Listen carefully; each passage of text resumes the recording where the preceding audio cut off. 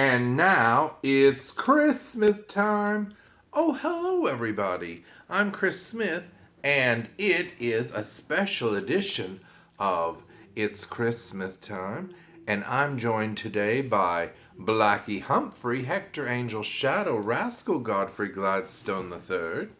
And we're here because 40 years ago on this very day, December 4th, Falcon Crest premiered. The primetime soap opera premiered on CBS at 10 o'clock following Dallas. And it was very exciting because this was a show that would change all of our lives. Now, look at this. Originally, it was called The Vintage Years, and you can see an unaired pilot. I've seen it on YouTube. But look, in the unaired pilot, Jane Wyman's character of Angela had silvery hair, and they had a different Maggie and Chase. Yes, isn't that amazing? And then, of course, they reshot the pilot and they recast the actors playing. I think it was Clu Gulager, and Samantha Agar. Is that correct? Yes, it was Clu Gulager and Samantha Agar played Chase and Maggie, and then they reshot the pilot and both of them were replaced. So then we got Robert Foxworth as Chase and the great Susan Sullivan as Maggie. Now, what's marvelous is that Falcon Crest premiered with a 21.8 rating and was ranked as the 8th most watched program of the week. And after that, Falcon Crest consistently remained in the top 10. Isn't that wonderful? Now here was the logo. Falcon Crest. As you may know, it's about a family in the wine business in the Napa Valley area. They call it the Tuscany Valley. Up north near San Francisco, or down south if you're sitting in Seattle while you watch this.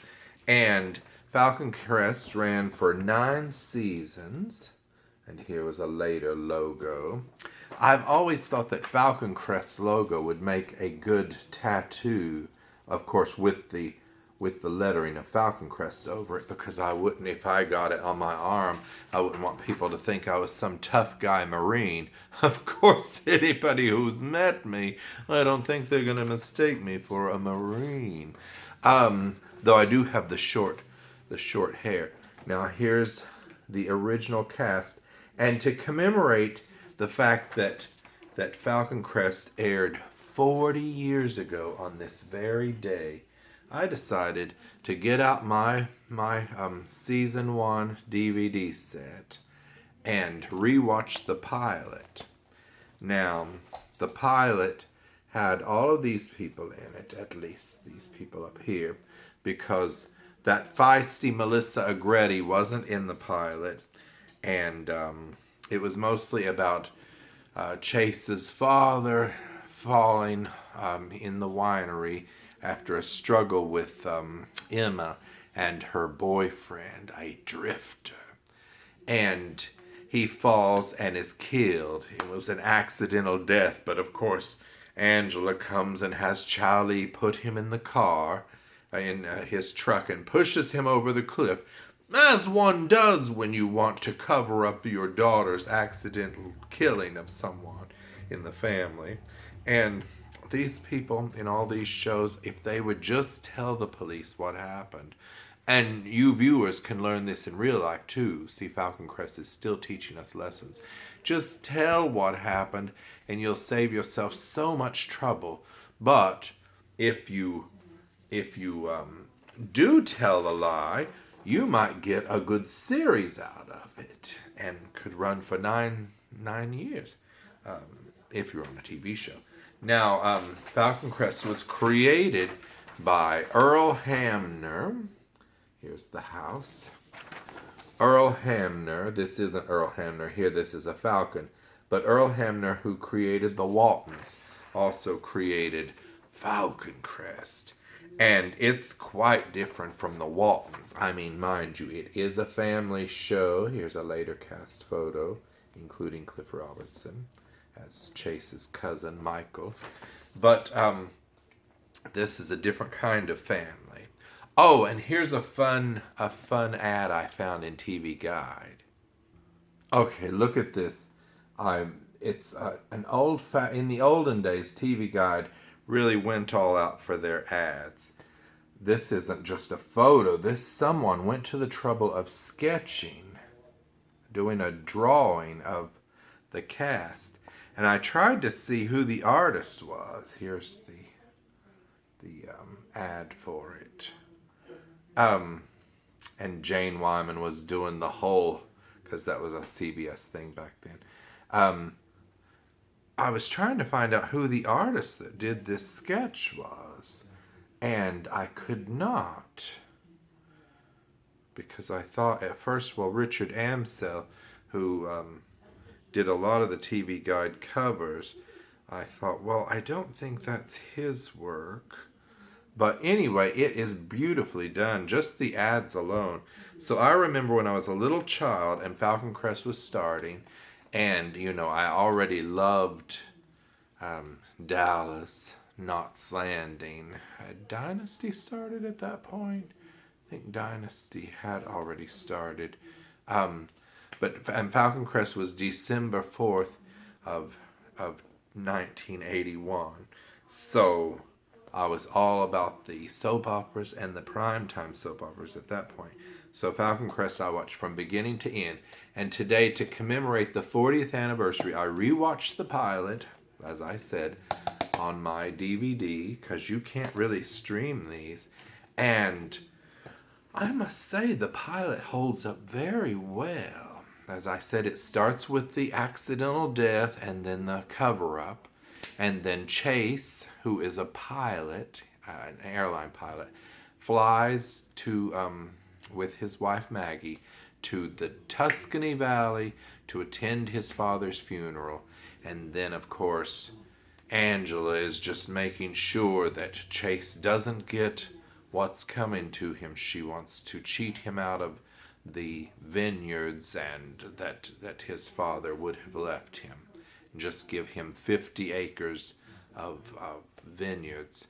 And yes, so it's very set up very well. But what's wonderful, in the olden days, we had an attention span, so the audience was more patient. We would sit and watch long scenes and follow the backstories very well. I think some audiences now, they cater to the generation. It's not a generational thing. It's just we in this world now, we have a shorter attention span. We're used to short scenes. We don't need a lot of talking. And yes, so this was paced very specifically for the time. And by the end of it, Chase and his family have moved to California, and they're gonna run that vineyard. And Angela is not happy about it. And of course, my favorite was always Susan Sullivan as Maggie. And in fact, you know how in Roads to Keystone, the show in which I play Father Finnegan, you know how at the end, our creator George P. Barr Jr. has put me, and I turn dramatically, and it's like, and Father Finnegan.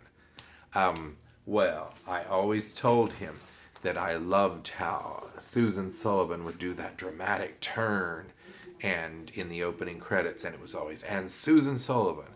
Coming last is not a negative thing in credits. You're like Joan Collins was always, and Joan Collins.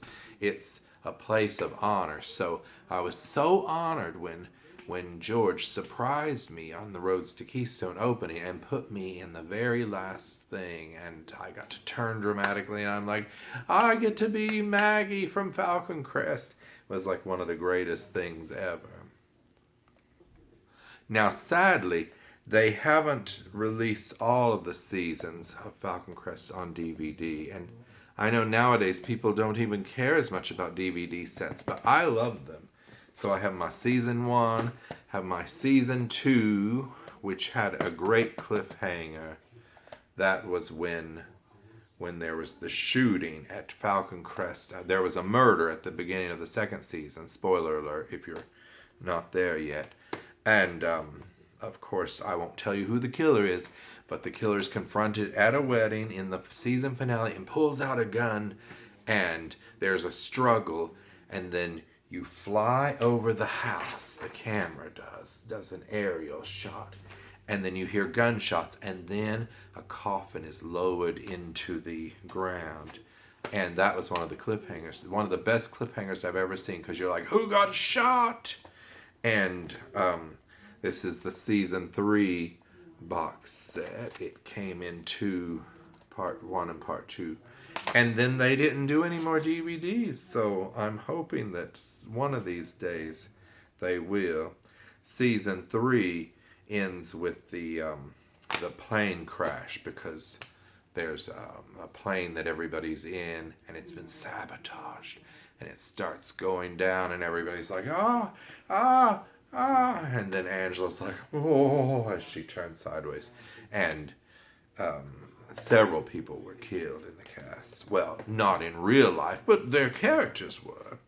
But yes, if you get a chance to see Falcon Crest, please do. And we're just so happy that it's been 40 years, even though it makes us feel so old. But on this very day, we're thinking of Falcon Crest and wishing we were back in 1981 as a little child with hope, watching the story unfold. So, happy anniversary to Falcon Crest. And someday I would love to go and visit that house. And you know, Falcon Crest interior scenes were shot at the Burbank Studios, which is now where Warner Brothers is. And that's just a few miles from this very spot that I'm sitting in. Isn't that crazy? Of course, fat lot of good it does me, because I don't work there, and I didn't work at Falcon Crest either. Of course, they wouldn't let a child work there because there were child labor laws. Okay, happy 40th anniversary, Falcon Crest, and long may you live. Oh, I meant to have a glass of wine. There, I got it. A toast to you, Falcon Crest, and long may you live. Delicious. Blackie thinks so too. Okay, happy anniversary, Falcon Crest.